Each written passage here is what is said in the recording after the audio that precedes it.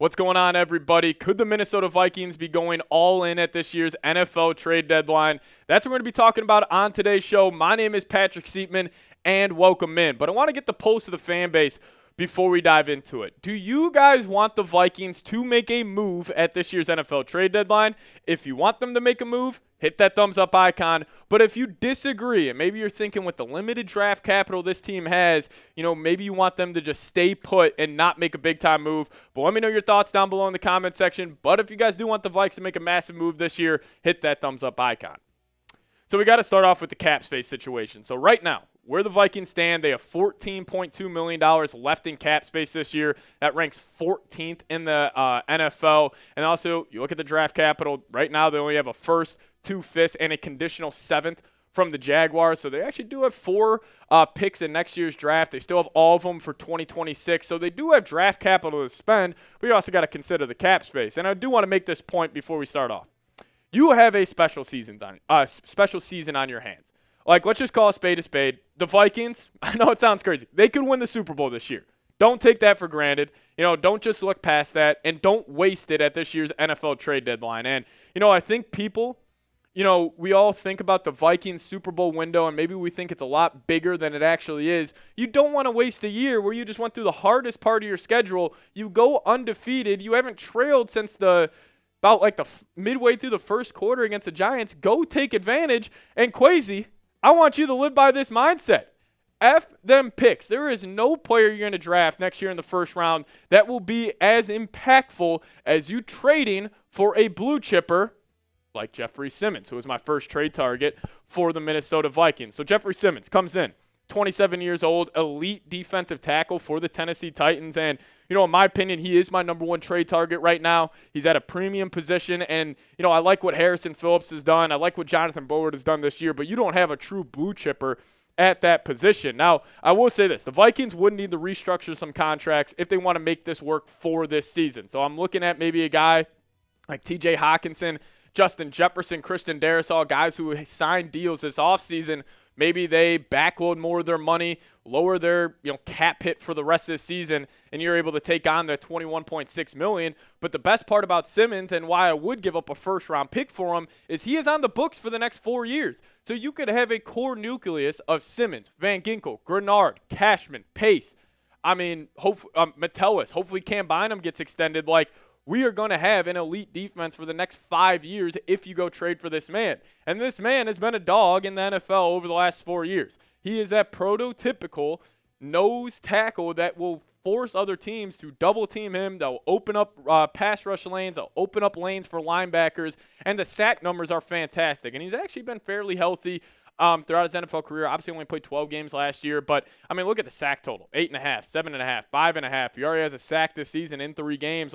He is truly, truly a fantastic player. That's why he's my number 1 trade target for this team. But number 2, this is a very, say unlikely option, but this is a move where if we get a terrible report where it's Aaron Jones is going to have to miss multiple months, maybe you go look at a guy like Nick Chubb, who is coming off that torn ACL, but he still is only 28 years old. And I think Chubb's probably got 1 or 2 more years of playing at a top 5 level in the league. But his contract, you would only have to pay him for 1 more year. So, again, I don't know how much draft capital the Vikings would want to give up, but I'll make this point.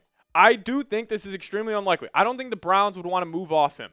However, if the Vikings offer a deal that the Browns can't refuse, and with them being 1-4 to start the season, I think they could be looking to move off a guy like Chubb, get whatever draft capital they can.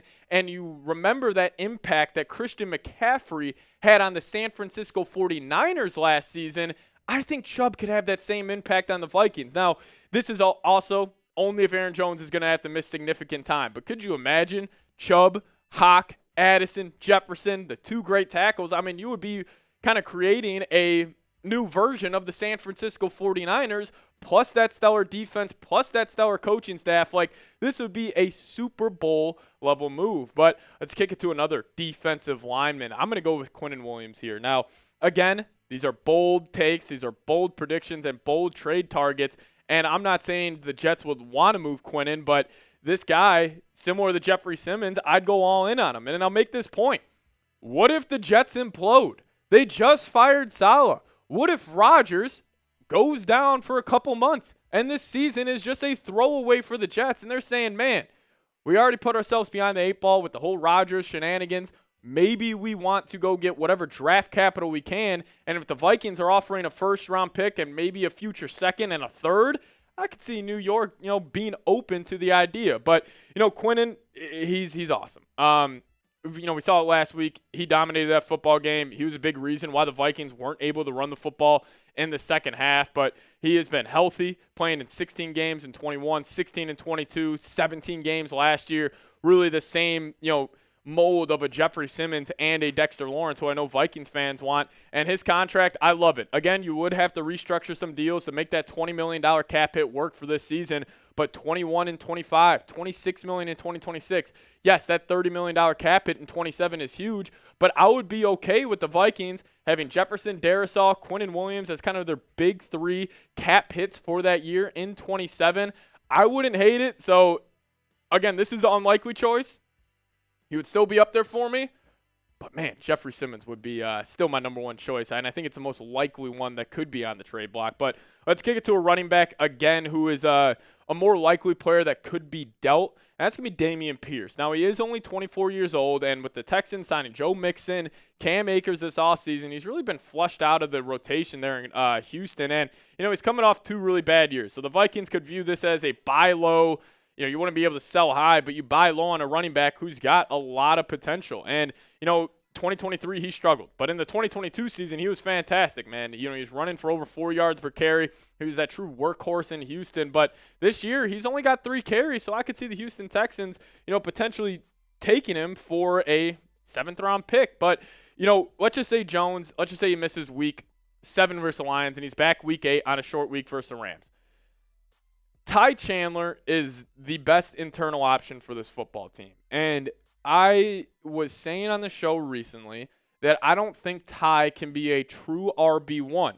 However, I will say this. If it's just for a game or 2 where you're just saying, hey, Aaron Jones is coming back week 9 even, I am fine with rolling with Ty, Gaskin, and maybe you sign a guy off a practice squad and you roll with those guys as your true running back core for the next couple of weeks. You let Aaron Jones, recover from that injury. But, Ty, I thought he's been pretty good this year, even though the yards per carry aren't going to blow you away. But he's kind of been dealt a bad position. Whenever the Vikings are trying to run the ball with Ty, I feel like the run blocking's not as good as it is for Jones. And, I'm still a believer in him. And obviously that fumble last week versus the Jets, it just bounced off his nameplate. I'm not too worried about that. But I still have faith in Ty Chandler as being a good RB1 for just a couple weeks. But again, this comes down to the length of the Aaron Jones injury. If this is longer, if this is, let's just say, 2-3 months, and Jones might not be back for the playoffs, then the Vikings need to make a move to that position. But I'll ask you guys this. Be honest with me.